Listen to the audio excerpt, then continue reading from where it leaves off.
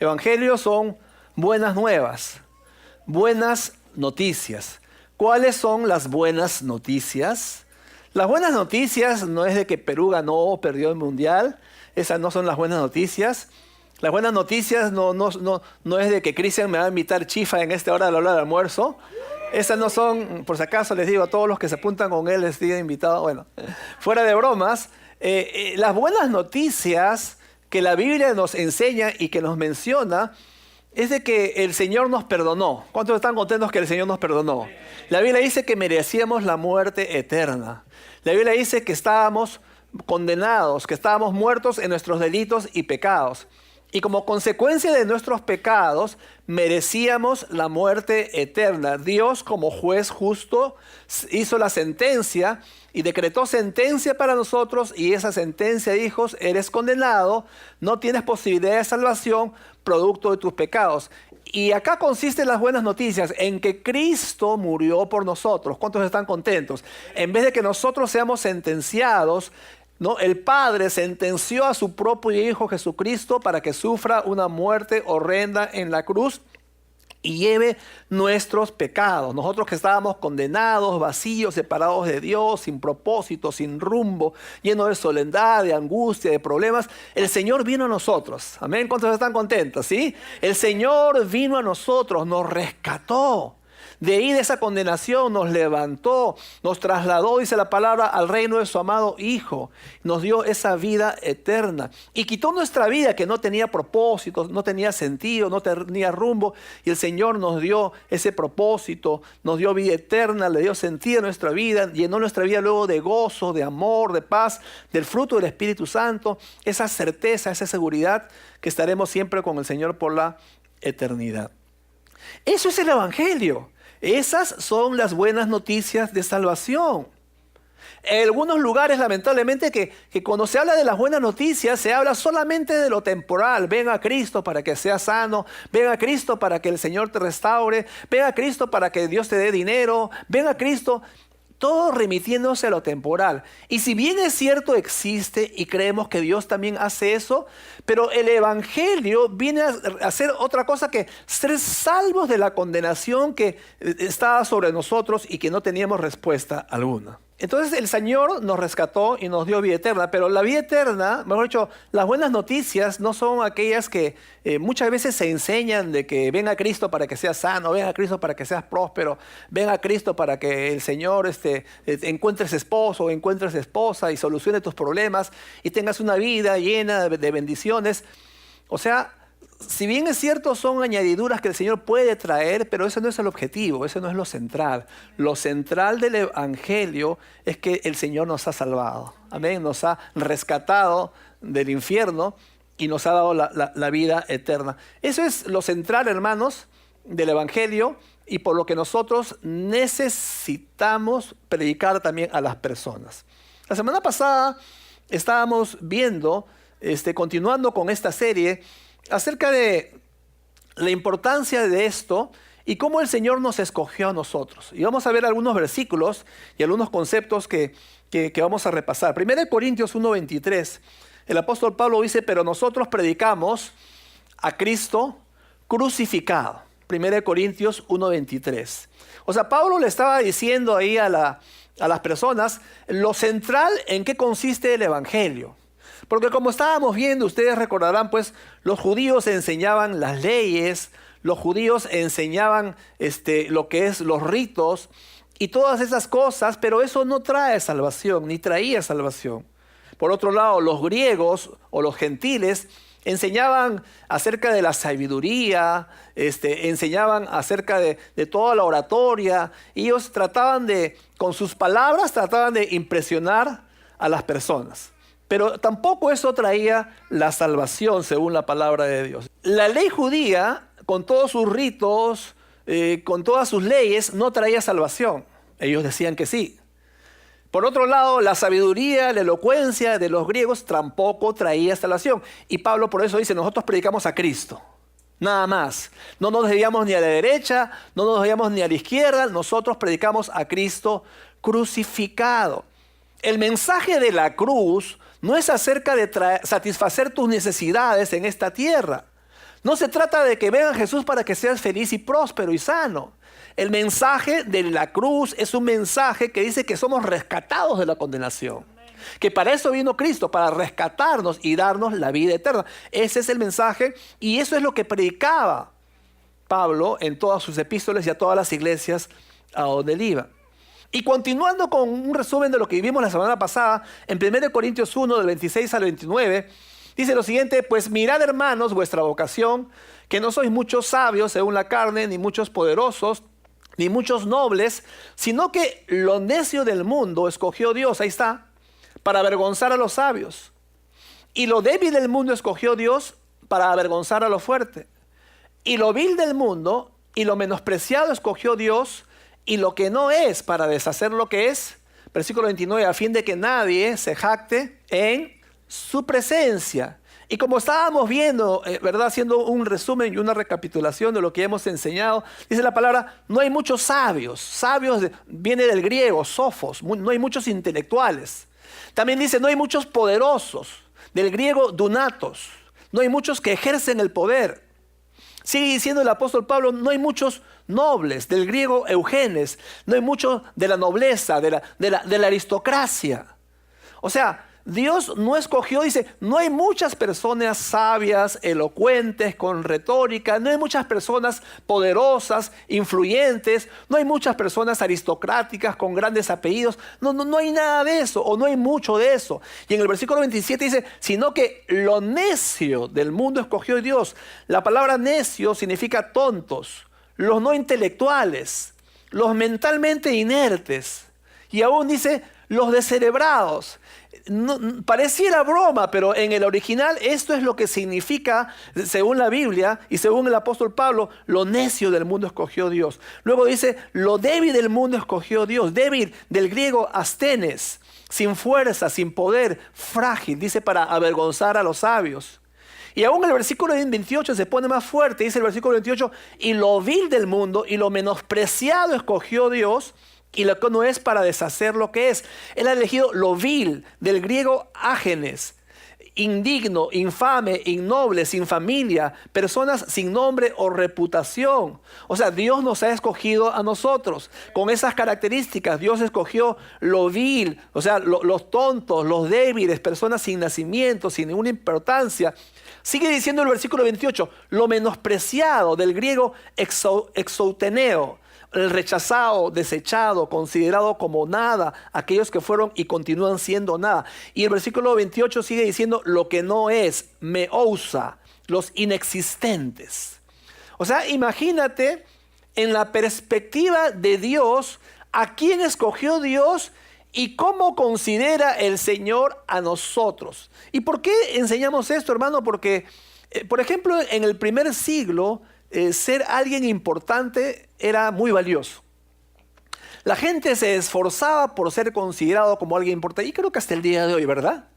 Creo que hasta el día de hoy a nosotros nos gusta ser importantes. Nos gusta que nos reconozcan. Nos gusta que nos miren. Nos gusta que reconozcan nuestros logros, nuestros méritos, nuestros estudios. Por eso cuando terminamos la escuela, terminamos la universidad, se hacen ceremonias de graduación y ponemos en un marco grande nuestros títulos, nuestros grados académicos, nuestros logros, nuestro bachillerato, nuestra licenciatura, nuestra, ¿verdad?, la maestría, el posgrado, el doctorado, y ahí está, ¿verdad? Tú ves a veces en algunos lugares, en la pared de algunos consultorios médicos, de abogados, etcétera, tú ves un montón, ya no hay sitio para más diplomas, ¿verdad? Pero siempre encuentran un pequeño espacio y ahí ves por otro lado sus medallas y un montón de condecoraciones y reconocimientos que han recibido. Entonces, no ha cambiado la historia del hombre o esa tendencia del hombre, mejor dicho, de buscar reconocimiento.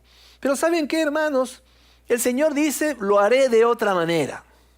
Yo voy a escoger a los don nadie, voy a escoger a los no intelectuales, a los incompetentes, voy a escoger a aquellos que no son nada.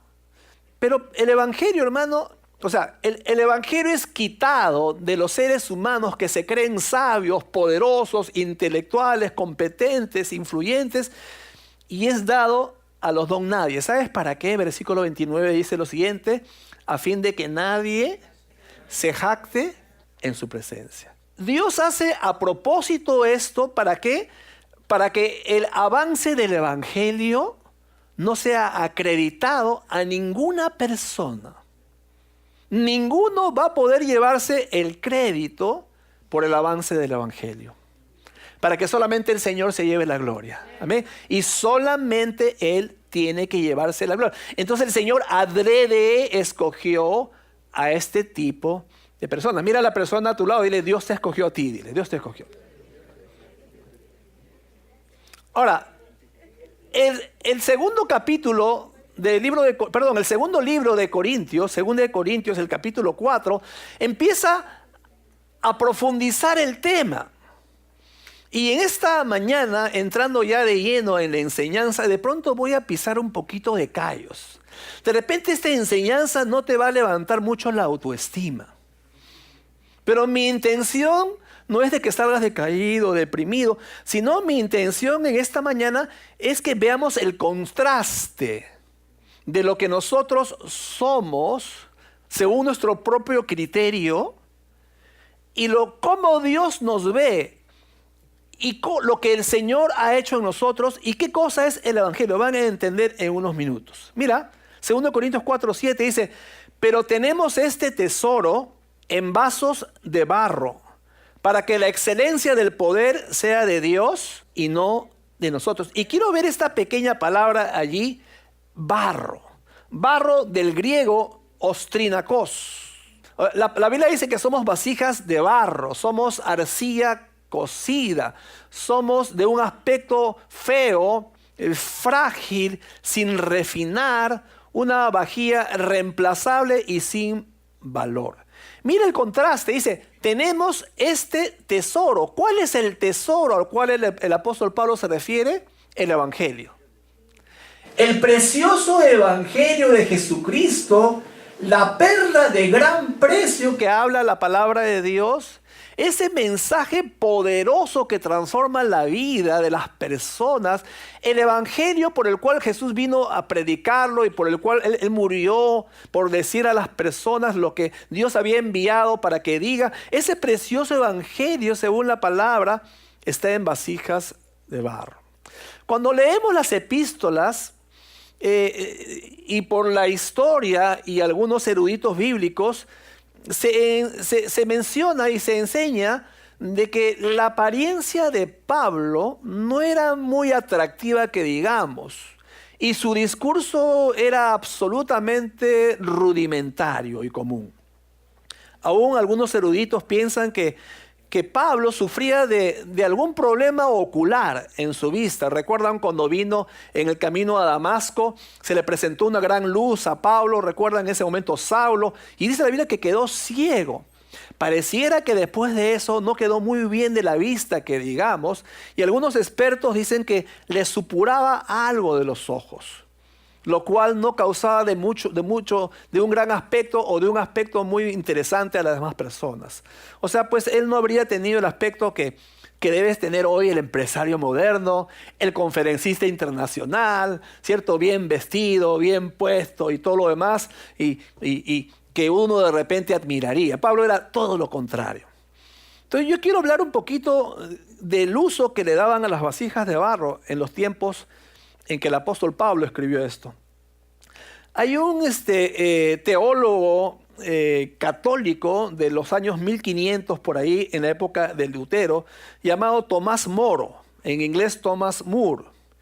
Él fue un gran defensor del catolicismo, el catolicismo romano en Inglaterra. Y él se sintió un siervo de Dios atacando a diversos exponentes del protestantismo. Entre ellos estaba William Tyndale. William Tyndale fue un inglés que tradujo la Biblia del griego al idioma inglés.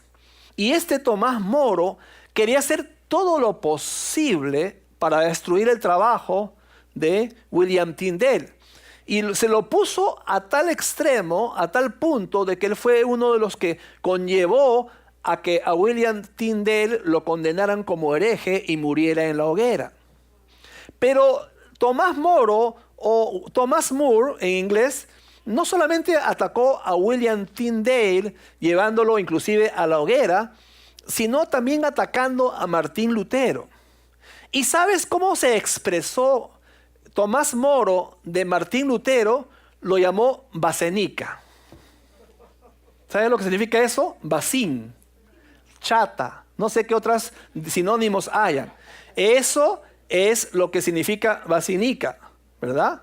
El lugar donde se echaba los orines y los excrementos en aquel día. Entonces, Tomás Moro dijo cosas tan degradantes acerca de Martín Lutero, pero ¿sabes qué? No creo que a Martín Lutero le haya ofendido para nada lo que dijeron de él, lo que específicamente este hombre dijo de él, porque según 2 Corintios 4 que acabamos de ver, ¿sabías que eso era el uso que se le daba a las vasijas de barro? Entre otras cosas, se le usaba también como bacín, como una chata. Y esta idea también se lo explica en otro pasaje de 2 Timoteo 2:20, que vamos a verlo, por favor. Dice, en una casa grande no solamente hay utensilios de oro y de plata, sino también de madera y de barro, y unos son para usos honrosos y otros para usos viles. Ahora, usa tu imaginación. La comida se servía en utensilios o vasijas, mejor dicho, de oro, de plata, ¿verdad? En una casa grande, dice la palabra de Dios ahí. Entonces, en esta casa grande, la gente venía, una persona, un visitante, un dignatario, un representante del gobierno, etcétera. Se lo servía ahí en esas comidas, en las vasijas de oro y las comidas de plata. Era un uso honroso, según la palabra.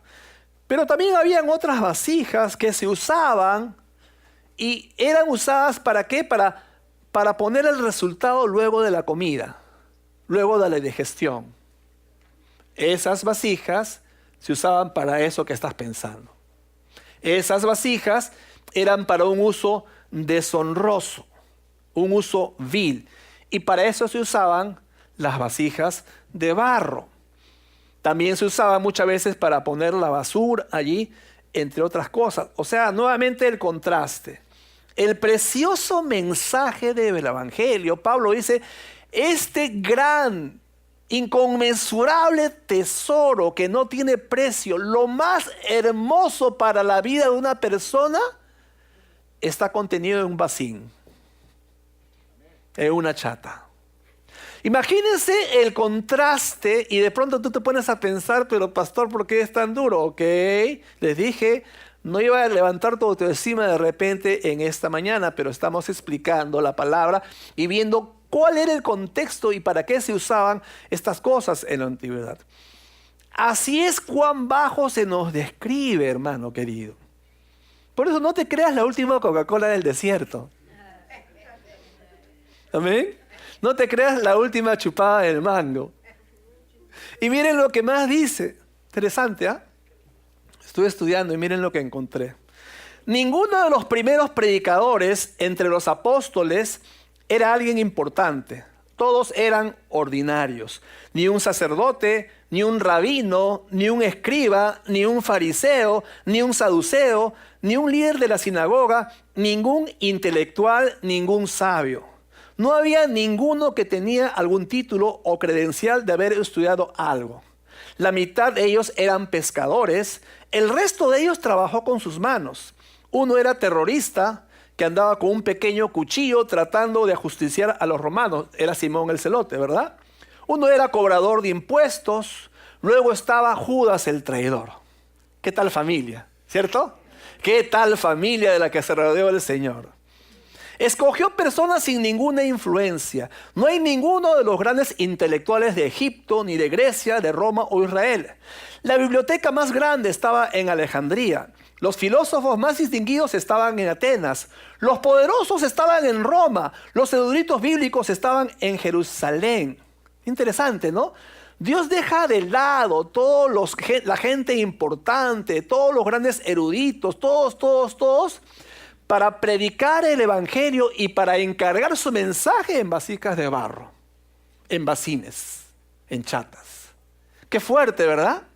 Continúa diciendo, pasó por Herodoto el historiador, pasó por Sócrates el gran pensador, pasó por Hipócrates el padre de la medicina, pasó por Platón el filósofo, Aristóteles el sabio, Euclides el matemático, Arquímedes el padre de la mecánica, Hiparco el astrónomo, Cicerón el orador, Virgilio el poeta y a todas las personas que eran importantes en todas estas épocas que estamos comentando. No le prestó atención a ninguna de estas personas y encargó el mensaje a vasijas de barro, tú y yo. Qué interesante, ¿no? Y qué tal contraste, hermanos, porque el Señor adrede hizo estas cosas. Ahora, si te sientes un poquito mal, a continuación te vas a sentir un poquito peor. Mira a la persona de tu lado y dile, creo que te vas a sentir peor que hace un rato. Dile eso. Porque el apóstol Pablo, mira, va un escalón más bajo todavía. Más bajo todavía está. O sea, si viniste a levantar tu autoestima, creo que vas a estar en problemas. En 1 Corintios 4, en el versículo 9, vamos a ver cuán bajo sigue yendo el apóstol Pablo en su descripción de lo que nosotros somos. Dice la palabra en 1 Corintios 4, 9, porque según pienso, Dios nos ha exhibido a nosotros los apóstoles como postreros, como sentenciados a muerte, pues hemos llegado a ser espectáculo al mundo, a los ángeles y a los hombres. Lo que pasaba era, hermano, de que en este tiempo se arrastraban a los delincuentes, se los exhibía ahí en medio de toda la gente, hacían espectáculos, ustedes saben, en aquella época también, mandando a los delincuentes a la arena del circo romano para ser muertos, para ser vituperados, para que se burlen y hagan mofa de todos ellos. Y los cristianos también eran considerados como delincuentes. Versículo 13, mira, ahí va. Hemos venido a ser hasta ahora como la escoria del mundo, el desecho de todos. O sea, según la palabra de Dios, la descripción, ¿ok? Jesús había escogido a sus apóstoles que caminaron con Él y todas aquellas personas que se hicieron creyentes en aquel entonces y según la palabra eran considerados como escoria y desechos. La palabra escoria del griego pericatarma. Catarma tiene que ver con la palabra catarsis, de limpiar, y peri, alrededor. O sea, una limpieza alrededor. El pericatarma es lo que se elimina mediante una limpieza profunda. El pericatarma o la escoria era lo que se adhería a estas vasijas, a los contornos de las vasijas, ¿ok? Pero también se usaba metafóricamente en el mundo antiguo para describir a los criminales. Si, por ejemplo, tú querías apaciguar la furia de una deidad o de un dios, tú tomabas al pericatarma, a la escoria de la sociedad, y lo ofrecías a ese dios para apaciguar a esta deidad, ya sea producto de una hambruna que había, producto de una peste, producto de que habían perdido una guerra. Entonces, en su idea de ellos, nuestro Dios está molesto, entonces ¿dónde está la escoria? ¿Dónde está el peor criminal? Lo mandaban a ese criminal ahí y lo ofrecían en el sacrificio en un altar a su deidad, y de esta manera ellos pensaban que esa deidad apaciguaba su furia y les consideraba otra vez, les concedía el favor. Entonces Pablo está diciendo que somos esa escoria. Y el versículo 13 dice, hemos venido a ser hasta ahora como la escoria del mundo, y luego dice, el desecho de todos. Va más abajo todavía. Viene del desecho del griego peripsema. O sea, el pericatarma es lo que se elimina mediante una limpieza exhaustiva. El peripsema es lo que no sale hasta que lo raspas con una espátula. Más adherido todavía. O sea, no solamente somos la escoria que se tiene que limpiar, pero también somos el desecho que se tiene que raspar y quitar con una espátula porque está bien adherido. Es el último de los residuos que tiene una vasija. Y el apóstol Pablo dice, pero tenemos este tesoro en vasijas de barro. Pero hay un propósito en todo esto, hermano. Pastor, pero no sé, usted cuando predica a veces es demasiado fuerte, demasiado duro. Yo te estoy explicando la Biblia. Amén, hermanos. Y estamos viendo qué es lo que la Biblia dice. Porque en este tiempo el evangelio, como hemos estado diciendo, está muy centrado en nosotros. Todo es nosotros, yo. O sea, el humanismo secular se lo ha traído a la iglesia de Jesucristo y ha conllevado a que nosotros solamente estemos centrados mirándonos a nosotros. Y esta enseñanza tiene como fin de que nosotros no somos el centro, la cruz de Cristo es el centro. Y nosotros somos objetos de Él, nosotros somos instrumentos de Dios, nosotros somos esas vasijas de barro, nosotros somos lo necio, lo débil, lo vil, lo menospreciado, lo que no es, no somos nada, no somos lo noble, no somos lo aristocrático, no somos lo fuerte, no. Dios escogió adrede, con todas las deficiencias que tenemos, Dios nos escogió así. Para llevar el precioso mensaje del Evangelio. Somos vasijas de barro que contienen la hermosura del Evangelio de Jesucristo, la perla de gran precio que el mismo Señor menciona en los Evangelios. Eso es lo que está contenido en nosotros, las vasijas de barro, frágiles, feas, irrelevantes, que no tienen ninguna importancia, que son fácilmente reemplazables, que tienen escoria y que tienen desechos ahí. Y el Señor, no obstante, nos usa. Como la misma palabra lo dice, ¿para qué? Para que al final toda la gloria se la lleve el Señor. Si te creías algo con esta enseñanza, creo que no nos la vamos a creer. Mira a la persona a tu lado y dile, después de enseñanza no te la vas a creer, dile eso. Ahora, si el mensaje es tan directo y como hemos estado enseñando, difícil de creer, y los mensajeros somos vasijas de barro, de escoria y desechos, ¿qué podemos hacer para esparcir el Evangelio? Vamos a ver 5 cosas que no debemos hacer. Número 1, no nos rendiremos. 2 Corintios 4:1. Por lo cual, teniendo nosotros este misterio, según la misericordia que hemos recibido, no desmayamos. O sea, Pablo estaba dando por sentado que iban a rechazar su mensaje del Evangelio. ¿Ok? O sea, él esperaba hostilidad. Pero está diciendo, no nos vamos a desmayar. No nos vamos a sentir menos, no nos vamos a achicar, como se dice. Vamos a mostrar valor, ¿ok? No nos vamos a derrumbar, porque ¿sabes qué? Cuando nos derrumbamos, somos inútiles para Dios. No te puedes derrumbar. Si te derrumbas, Dios no te puede usar. Pero cuando tú te levantas, por eso dice la palabra, diga el débil, fuerte soy. Porque ahí en medio de tu debilidad, tú reconoces que tú no puedes y que no eres tú, sino es Él en ti.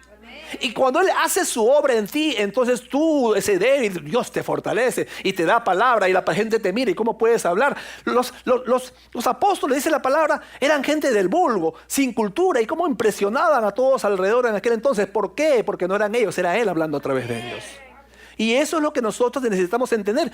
No nos rendiremos. Amén, hermanos. Número 2, no cambiaremos el mensaje. Versículo 2. Antes bien, renunciamos a lo oculto y vergonzoso, no andando con astucia ni adulterando la palabra de Dios, sino por la manifestación de la verdad, recomendándonos a toda conciencia humana delante de Dios. No andando con astucia, del griego panourgia. O sea, no vamos a andar engañando con trucos, adulterando la palabra de Dios. Cambiando el Evangelio para que resulte menos ofensivo, para que resulte más atractivo para atraer a las masas. Nuestro objetivo no es atraer a las masas, nuestro objetivo es predicar el Evangelio. Somos simplemente mensajeros. Eres el rey. Yo vengo a leer un mensaje de parte del Rey de Reyes. En esa época, recuerden, hemos estudiado acerca de los oradores y de los heraldos. Recuerda, el orador es el que tenía la retórica, la elocuencia, el conocimiento, la sabiduría, la pose, el control de la escena. Y el heraldo era el que solamente leía el comunicado del rey. Así dice el rey, así dice el emperador, y leía todos los enunciados, todas las cosas, y luego se iba. Pero la palabra del rey era lo que importaba. La palabra del emperador era la que le valía. Y lo que a nosotros nos debe interesar es el Evangelio, la palabra de nuestro rey, el Evangelio de Jesucristo, ese hermoso tesoro. El problema de hoy día es que quitamos de vista el tesoro y damos importancia a la vasija de barro. Y el centro se convierte en la vasija del barro. Y nunca fue la intención de Dios que la vasija de barro sea el centro. El mensaje del Evangelio es el centro. Y nosotros somos, amén, destinados y elegidos por Dios para predicar ese precioso mensaje. Entonces, no nos rendiremos. Número 2, no cambiaremos el mensaje. Número 3, no manipularemos a las personas para lograr los resultados. Versículo 3 y 4. Pero si nuestro evangelio está aún encubierto, entre los que se pierden está encubierto. en los cuales el Dios de este siglo cegó el entendimiento de los incrédulos para que no les resplandezca la luz del Evangelio de la gloria de Cristo, el cual es la imagen de Dios. No manipularemos a las personas para lograr resultados. Hermanos, el problema no está en la semilla. El problema no está en el Evangelio. El problema está en el suelo, en la tierra, en el corazón del hombre. Ahí está el problema. Y la Biblia lo menciona por todos lados. La tierra, el suelo es el corazón del hombre. O sea, Pablo entendía, y lo que tenemos que también entender nosotros, es que la persona no cree por sí. Ni tampoco va a creer, porque la Biblia está mencionando allí que el Dios de este siglo, el diablo, cegó el entendimiento de los incrédulos. ¿Para qué? Para que no crean. Para que no les resplandezca la luz del Evangelio. ¿Por qué? Porque ellos están muertos espiritualmente, no van a comprender el Evangelio. Por lo tanto, si tratamos de cambiar el mensaje para hacerlo menos ofensivo, para hacerlo más atractivo, al final estamos manipulando las emociones. Pero ¿sabes qué? Al final manipular las emociones resulta inútil. ¿Sabes por qué? Porque la persona está muerta, espiritualmente hablando, y solo Dios le puede dar vida. Solo Dios puede infundir vida a un espíritu muerto. Amén. Y cuando tú lees Efesios 2, puedes leerlo en tu casa. Ahí habla todo. Y Él nos salvó, amén, cuando estábamos muertos en nuestros delitos y pecados, en los cuales anduvimos en otro tiempo, siguiendo la corriente de este mundo. Y todo el capítulo 2, los primeros versículos, nos habla justamente la condición del ser humano y cómo nos encontrábamos antes de conocer a Jesucristo. Pero es Dios que abre nuestro entendimiento. Amén. Es Dios que cuando viene el mensaje a nuestro corazón, el Señor abre nuestro corazón para que podamos recibir el Evangelio y recibir a Jesucristo. Entonces no nos rendiremos, no cambiaremos el mensaje, no manipularemos a las personas. Número 4, no buscaremos popularidad ni fama tampoco. Versículo 8 y 9. Dice lo siguiente: que estamos atribulados en todo, mas no angustiados, en apuros, mas no desesperados, perseguidos, mas no desamparados, derribados, pero no destruidos. O sea, no buscamos popularidad ni fama. Yo no quiero que nadie ponga una estatua con mi nombre, ni que pongan una calle con mi nombre. ¿Sabes qué? Creo que el apóstol Pablo no estaría de acuerdo. Ahora calle San Pablo, iglesia San Pablo, ¿sabes qué? Colegio San Pablo. ¿Ok? Pablo de pronto no es lo que busca, ni es lo que buscaba, ni tampoco es lo que nosotros debemos buscar. Pero lo que sí vamos a esperar, está diciendo que vamos a ser atribulados, vamos a estar en apuros, vamos a ser perseguidos, y vamos a ser derribados. Hermanos, entonces esta es la realidad de lo que el apóstol Pablo, ¿qué tenemos que esperar como creyentes? Entonces no nos rendiremos, no cambiaremos el mensaje, no manipularemos a las personas, no buscaremos popularidad ni fama. Número 5, no buscaremos triunfos terrenales ni temporales. Versículo 18, no mirando nosotros las cosas que se ven, sino las que no se ven. Pues las que se ven son temporales, pero las que no se ven son eternas. O sea, no nos preocupamos por lo transitorio, por lo terrenal, por lo efímero, sino estamos pensando, nuestros ojos están puestos en la eternidad. Hermanos, nuestra vida aquí en la tierra es tan pequeñito comparado con toda la eternidad. Ese es el tiempo, mejor dicho, ese es el momento cuando no va a haber tiempo y vamos a estar con el Señor. Nosotros, como hemos dicho, estamos tan centrados y muchas veces, aun cuando nos explican la palabra de una manera errónea, nos explican y se centran muchas veces en lo temporal, en lo terrenal, en lo que vamos a vivir acá, en las minucias tan pequeñas. Y el apóstol Pablo está diciéndonos acá que no mirando las cosas que se ven, no te fijes en las cosas que se ven, no te fijes en lo temporal, no te fijes en lo efímero. Pero fíjate en las cosas eternas, lo que no se ve. Fíjate en la eternidad que vas a pasar con el Señor. Eso es donde tiene que estar nuestra mirada, hermanos queridos. Entonces, para terminar, solamente yo quería, mientras nos ponemos de pie por un momento, por favor. Ponte de pie en esta hora. O sea, en otras palabras, al final, hermanos queridos, amigos acá presentes, no hay explicación humana para el avance de la iglesia. Dios escogió a gente rara, No sé si te han dicho una vez, oye, qué raro es este cristiano. ¿A cuántos alguna vez ustedes le han dicho que es raro? Qué raro, ¿no? Qué extraño. Pero ¿sabes qué? No solamente eres raro y extraño. Según la Biblia, y hemos estudiado, ¿qué somos? Somos lo necio, somos lo débil, somos lo vil, somos lo menospreciado, somos vasija de barro, somos vacinicas, chatas, escoria y desecho. Pero ¿saben qué, hermano? Sin embargo, la iglesia avanza con todos nuestros defectos. El evangelio no se puede detener. Cristo dijo, y será predicado este evangelio del reino. No hay nada ni nadie que va a poder detener el avance del reino de Dios.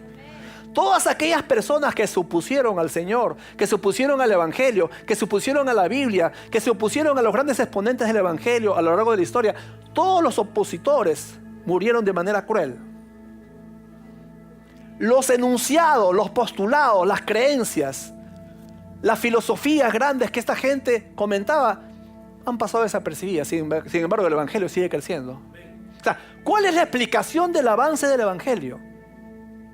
Si somos lo necio, lo débil, lo vil, lo menospreciado. O sea, ¿cuál es la explicación, hermanos? ¿Cuál es la explicación del avance exponencial del evangelio a lo largo de la historia? Solo el evangelio convierte a los pecadores en santos. Solo el evangelio trae vida a la persona que está muerta. Solo el evangelio a los esclavos los hace libres. Y sabes que solamente Jesús puede hacer eso. Solamente Jesús puede hacer eso.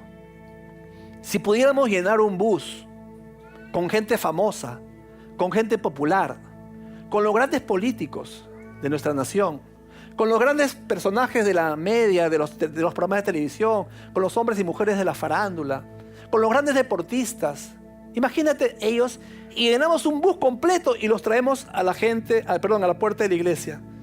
Ellos nos miran y ¿qué dirían? Esta gente nunca va a poder cambiar el mundo. Nosotros ¿qué le diríamos? Es verdad, nosotros no. Pero el Señor a través de nosotros es quien va a cambiar la obra de Dios. Va a cambiar porque solamente Dios hace la obra en el corazón. No soy yo, no eres tú, no somos nosotros. Quitemos nuestra mirada de nosotros. Dios no nos escogió porque somos mejores que alguien. No porque tenemos más intelecto que alguien. No porque somos más influencias o porque provenimos de una familia más importante que otra. Absolutamente no, la Biblia lo dice. Esos no fueron los criterios que Dios usó para escogernos. Por el contrario, cuando tú lees la Biblia, ese hombre pescador, inculto, del vulgo, sin cultura, ven y sígueme, le dijo a Pedro. Igual pasó con Juan, y Juan pasó con los hijos de Zebedeo, y le dijo a Mateo, cobrador de impuestos, publicano, ven y sígueme. Igual pasó con un montón de personas también que lo empezaron a seguir. María Magdalena, de quien había expulsado 7 demonios, era una seguidora de Jesús. La mujer adúltera que estaba por ser apedreada fue seguidora de Jesús. Y le decían, Jesús se junta con los publicanos, con los pecadores. Sí, dijo Jesús, porque yo he venido a buscar a los que están enfermos, no los que están sanos. Y Dios te buscó a ti, te encontró a ti antes que tú lo encuentres a Él. Se fijó en ti antes que tú te fijes en Él. No es que tú tomaste la decisión, no es que a ti se te ocurrió porque estabas muerto. Un muerto no puede pensar, un muerto no puede razonar, un muerto no puede levantar la mano, un muerto no puede tener contrición de pecado, un muerto no puede arrepentirse, un muerto no puede cambiar de dirección. Es solamente el poder de Cristo Jesús que viene al corazón, que ilumina el alma de la persona y le da vida eterna. Y ese eres tú, y ese soy yo. Pero finalmente, hermanos, ¿para qué te escogió? El tesoro sigue allí. El tesoro del evangelio. El tesoro no es solamente para apreciarlo. Oh, qué belleza, no. Este tesoro es para que tú lo lleves. Te presento este tesoro, Eric. y él quede prendado del tesoro, el tesoro del Evangelio. Entonces, nuestra misión, hermanos, es que este precioso tesoro sea anunciado a todo lugar donde vayamos, que prediquemos a los cuatro vientos y que cumplamos la gran comisión de Cristo. El Señor dice: y será predicado este Evangelio del reino en todas las naciones. Id y haced discípulos a todas las naciones, y me seréis testigos en Jerusalén, en Judea, en Samaria y hasta lo último de la tierra. Esa es nuestra función, ese es nuestro mensaje, esa es la condición o la razón de ser, mejor dicho, del tesoro precioso llamado el Evangelio de Jesucristo. Amén, hermanos. Vamos a inclinar nuestro rostro, por favor.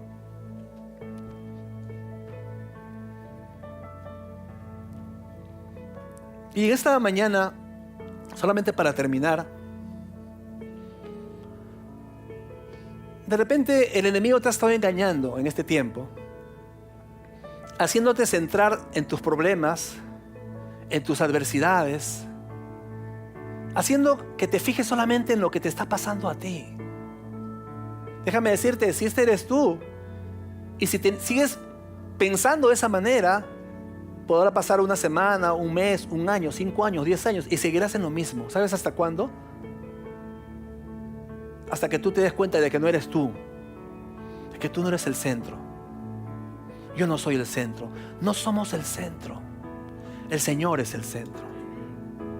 Y cuando tú puedes levantarte, si eres débil, si eres menospreciado, si no te crees mucha cosa, y si tu autoestima está baja, pero no obstante, tú le dices: Señor, ven a mi vida, rescátame y úsame para tu gloria. El Señor viene y te rescata. ¿Por qué? Porque tú no estás pensando en qué hacer para ser mejor, para sentirte feliz o para salir de tu desgracia. Tú estás pensando: Señor, ¿qué voy a hacer? ¿Qué tengo que hacer para cumplir tus propósitos, que es predicar el Evangelio? Y quiero hacerlo, Señor, con mis limitaciones, con mis problemas, con las cosas que estoy viviendo, con mis defectos, con todo.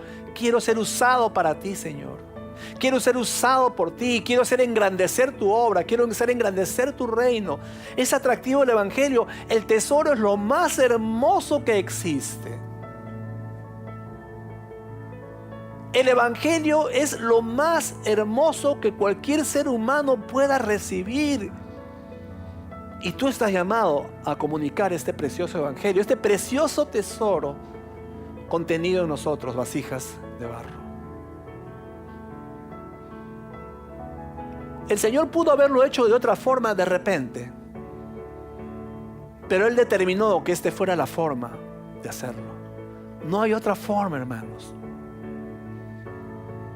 Con esto no digo que no estudien. El pastor ha dicho que somos vasijas, entonces ya no estudio, ya no me esfuerzo. No me refiero a eso. Me refiero simplemente de que abras tu corazón al Señor. Porque estamos tan confundidos, tan errados, hermano, muchas veces. Que es Dios. Es Dios. Él se lleva toda la gloria. Solamente Él. Yo no me puedo jactar en su presencia. Y la palabra es tan meticulosa, tan detallada, para asegurarse de eso. No soy yo, eres tú, Señor. No soy yo, es el Evangelio. No soy yo, es la perla de gran precio, que la voy a dar a conocer a tantas personas con las cuales yo tengo contacto.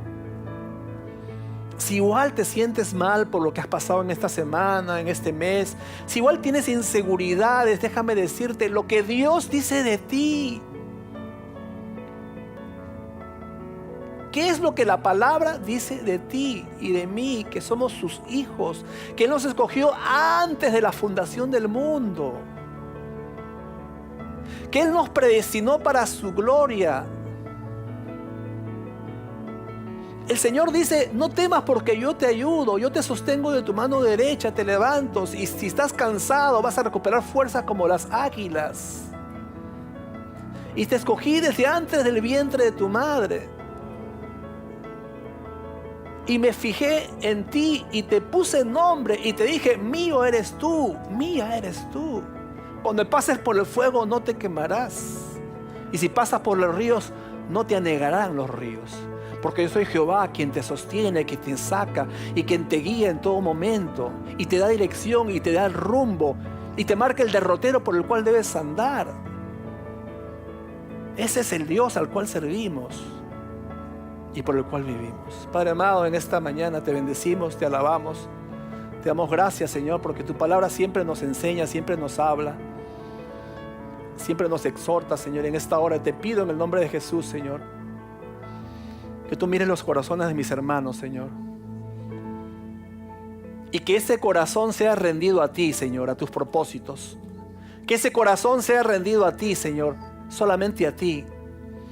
Y que ese corazón, Padre amado, esa vida de mi hermano o mi hermana acá presente, Señor, a partir de ahora pueda comprometerse a anunciar ese precioso tesoro a los cuatro vientos, Señor. A proclamar el mensaje de salvación a cuanta persona tenga necesidad, Señor, y dudas. Toca los corazones, Señor, como siempre lo haces. En el nombre de Jesús.